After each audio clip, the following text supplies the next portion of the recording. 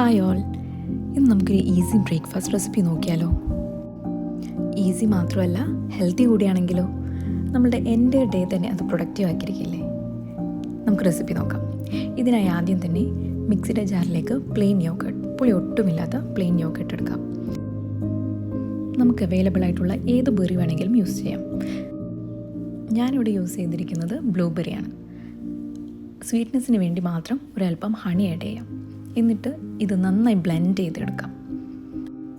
Blend ചെയ്ത mix ഒരു serving ബൗളിലേക്ക് ഒഴിക്കാം.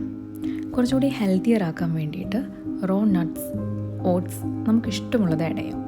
ഞാനിവിടെ യൂസ് ചെയ്തിരിക്കുന്നത് മ്യൂസ്ലി ഫ്രൂട്ട് മിക്സാണ്.